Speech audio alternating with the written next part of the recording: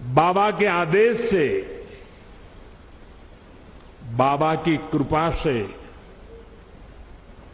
पिछली बार जब आया था तो कुछ शब्द मेरे मुंह से निकले थे। वो शब्द मेरे नहीं थे। कैसे आए, क्यों आए, किसने दिए, पता नहीं है, लेकिन यूं ही मुंह से निकल गया था कि ये दशक उत्तराखंड का दशक होगा।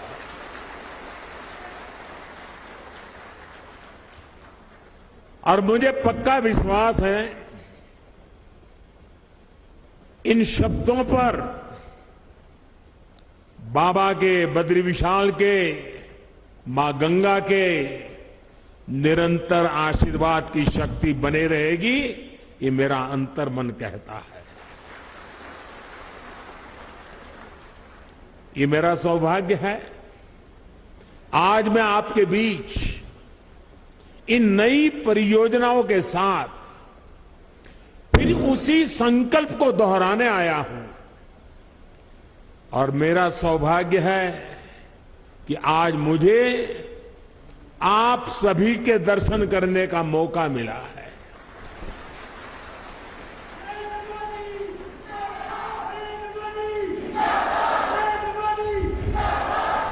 माणा गांव भारत के अंतिम गांव के रूप में जाना जाता है,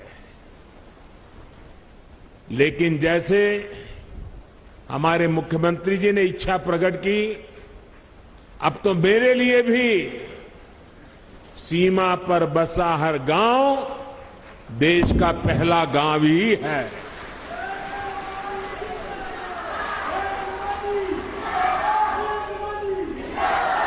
सीमा पर बसे आप जैसे सभी मेरे साथी देश के सशक्त प्रहरी है। और मैं आज माणा गांव को पुरानी यादें ताजा करना चाहता हूं। शायद कुछ पुराने लोग हो, उनको याद हो, मैं कोई मुख्यमंत्री बन गया, प्रधानमंत्री बन गया, इसलिए सीमा के इस पहले प्रहरी गांव को याद कर रहा हूं, ऐसा नहीं है। आज से 25 साल पहले जब मैं उत्तराखंड में भारतीय जनता पार्टी के एक कार्यकर्ता के रूप में काम करता था, न कोई मुझे ज्यादा जानता था, न मेरा उस प्रकार का कोई पब्लिक लाइफ था। मैं संगठन के लोगों के बीच में ही अपना जीवन गुजारता था, काम करता था। और उस समय माणा में मैंने उत्तराखंड भाजपा की कार्य समिति की मीटिंग बुलाई थी। तो मेरे उत्तराखंड के सारे कार्यकर्ता मेरे से बहुत उस समय नाराज थे, प्रश्न पूछते थे, साहब इतना दूर कितनी मेहनत से जाना पड़ेगा, कितना समय जाएगा। मैंने कहा, भाई जिस दिन उत्तराखंड बीजेपी के दिल में माणा का महत्व पक्का हो जाएगा ना, उत्तराखंड की जनता के दिल में भाजपा के लिए महत्व बन जाएगा। और उसी का परिणाम है माणा गांव की मिट्टी की ताकत है। ये माणा गांव के मेरे भाइयों बहनों का आदेश है, आशीर्वाद है कि आज लगातार आपके आशीर्वाद बने रहते हैं। और मैं तो उत्तराखंड में नई सरकार बनने के बाद सार्वजनिक कार्यक्रम में पहली बार बोल रहा हूं, तो मैं आज जब यहां आया हूं और माणा की धरती से मैं पूरे उत्तराखंड के भाई बहनों को, हम सबको दोबारा सेवा करने का मौका दिया है, इसलिए हृदय से आभार व्यक्त करता हूं। साथियों, 21वीं सदी के विकसित भारत के निर्माण के दो प्रमुख स्तंभ है। पहला, अपनी विरासत पर गर्व, और दूसरा, विकास के लिए हर संभव प्रयास। आज उत्तराखंड इन दोनों ही स्तंभों को मजबूत कर रहा है।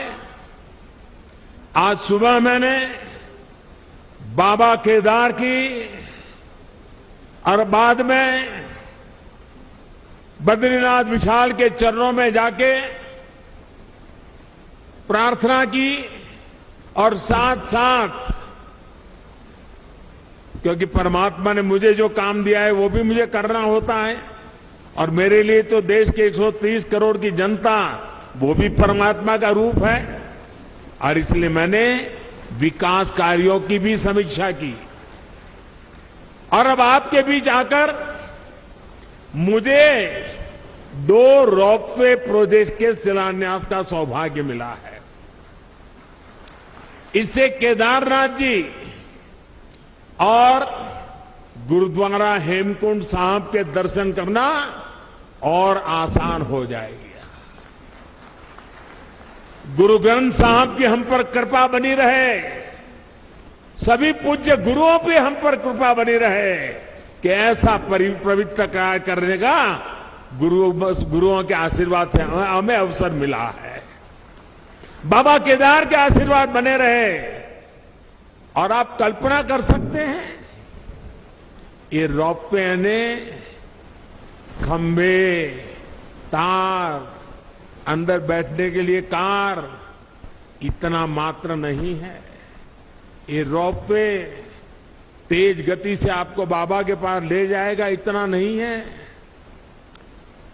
इसके होने से, इस पे काम करने वाले लोगों से आप कल्पना नहीं कर सकते हैं मेरे देश के 130 करोड़ देशवासियों के आशीर्वाद उन पर बरसने वाले हैं। हेमकुंड साहब पे दुनिया भर में गुरु ग्रंथ साहब की पवित्र पूजा करने वाले जितने भी मेरे भाई बहन हैं, आज हमें आशीर्वाद बरसाते होंगे कि आज हेमकुंड साहब तक का ये रोपवे बन रहा है। आप कल्पना नहीं कर सकते इसकी ताकत क्या है।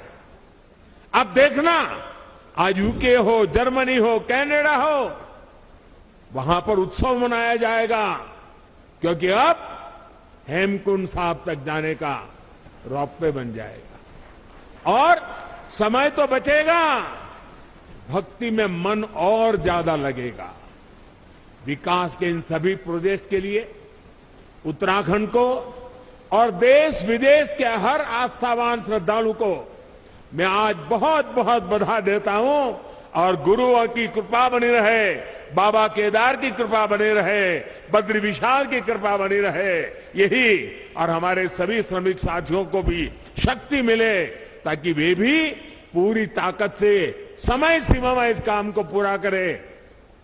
और हम प्रार्थना करें, हर बार प्रार्थना करें, क्योंकि ये बहुत कठिन इलाका है, यहां काम करना कठिन होता है, हवाएं तेज चलती हैं और इतनी ऊंचाई पे जाके काम करना होता है।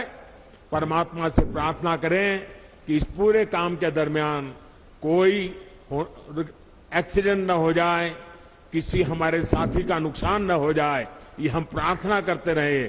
और जिस भी गांव के पास वो काम करते हैं, वो भगवान का काम कर रहे हैं, आप उनको संभालना, उनको मजदूर मत समझना,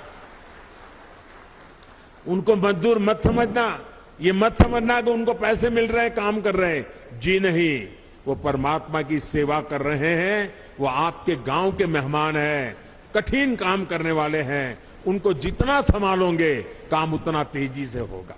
करोगे ना, इनको संभालोगे ना, अपने संतानों की तरह संभालोगे, अपने भाई बहन की तरह संभालोगे। साथियों, आज मैं बाबा केदार के धाम में गया था, तो वहां जो श्रमिक भाई बहन काम करते थे, उनसे भी मुझे बातचीत करने का मौका मिला। जो इंजीनियर लोग हैं, उनके भी साथ बात करने का मौका मिला। मुझे इतना अच्छा लगा। और वो कह रहे थे कि हम कोई रोड का या इमारत का काम नहीं कर रहे हैं, हम तो बाबा के पूजा कर रहे हैं, बाबा की पूजा कर रहे हैं, और ये हमारा पूजा करने का तरीका है। साथियों, देश की आजादी के 75 साल पूरे होने पर मैंने लाल किले से एक आह्वान किया है। ये आह्वान है गुलामी की मानसिकता से पूरी तरह मुक्ति का। आजादी के इतने वर्षों के बाद आखिरकार मुझे ये क्यों कहना पड़ा? क्या जरूरत पड़ी ये कहने की? ऐसा इसलिए क्योंकि हमारे देश को गुलामी की मानसिकता ने ऐसा जकड़ा हुआ है कि प्रगति का हर कार्य कुछ लोगों को अपराध की तरह लगता है। या तो गुलामी के तराजू से प्रगति के काम को तोला जाता है। इसलिए लंबे समय तक हमारे यहां अपने आस्था स्थलों के विकास को लेकर एक नफरत का भाव रहा। विदेशों में वहां की संस्कृति से जुड़े स्थानों की ये लोग तारीफ करते करते नहीं थकते, लेकिन भारत में इस प्रकार के काम को हेय दृष्टि से देखा जाता था। इसकी वजह एक ही थी, अपनी संस्कृति को लेकर हीन भावना, अपने आस्था स्थलों पर अविश्वास, अपनी विरासत से विद्वेष। और ये हमारे समाज में आज बड़ा हो ऐसा नहीं है। आजादी के बाद सोमनाथ मंदिर के निर्माण के समय क्या हुआ था वो हम सब जानते हैं। इसके बाद राम मंदिर के निर्माण के समय इतिहास से भी हम भली भांति परिचित हैं। गुलामी की ऐसी मानसिकता ने हमारे पूजनीय पवित्र आस्था स्थलों को जर्जर स्थिति में ला दिया था। सैकड़ों वर्षों से मौसम की मार सहते आ रहे पत्थर, मंदिर स्थल, पूजा स्थल के जाने के मार्ग, वहां पर पानी की व्यवस्था और उसकी तबाही, सब कुछ तबाह होकर के रख दिया गया था। आप याद करिए साथियों, दशकों तक हमारे आध्यात्मिक केंद्रों की स्थिति ऐसी रही, वहां की यात्रा जीवन की सबसे कठिन यात्रा बन जाती थी। जिसके प्रति कोटि कोटि लोगों की श्रद्धा हो, हजारों साल से श्रद्धा हो, जीवन का एक सपना हो कि उस धाम में जाकर के मत्था टेक के आएंगे, लेकिन सरकारें ऐसी रही कि अपने ही नागरिकों को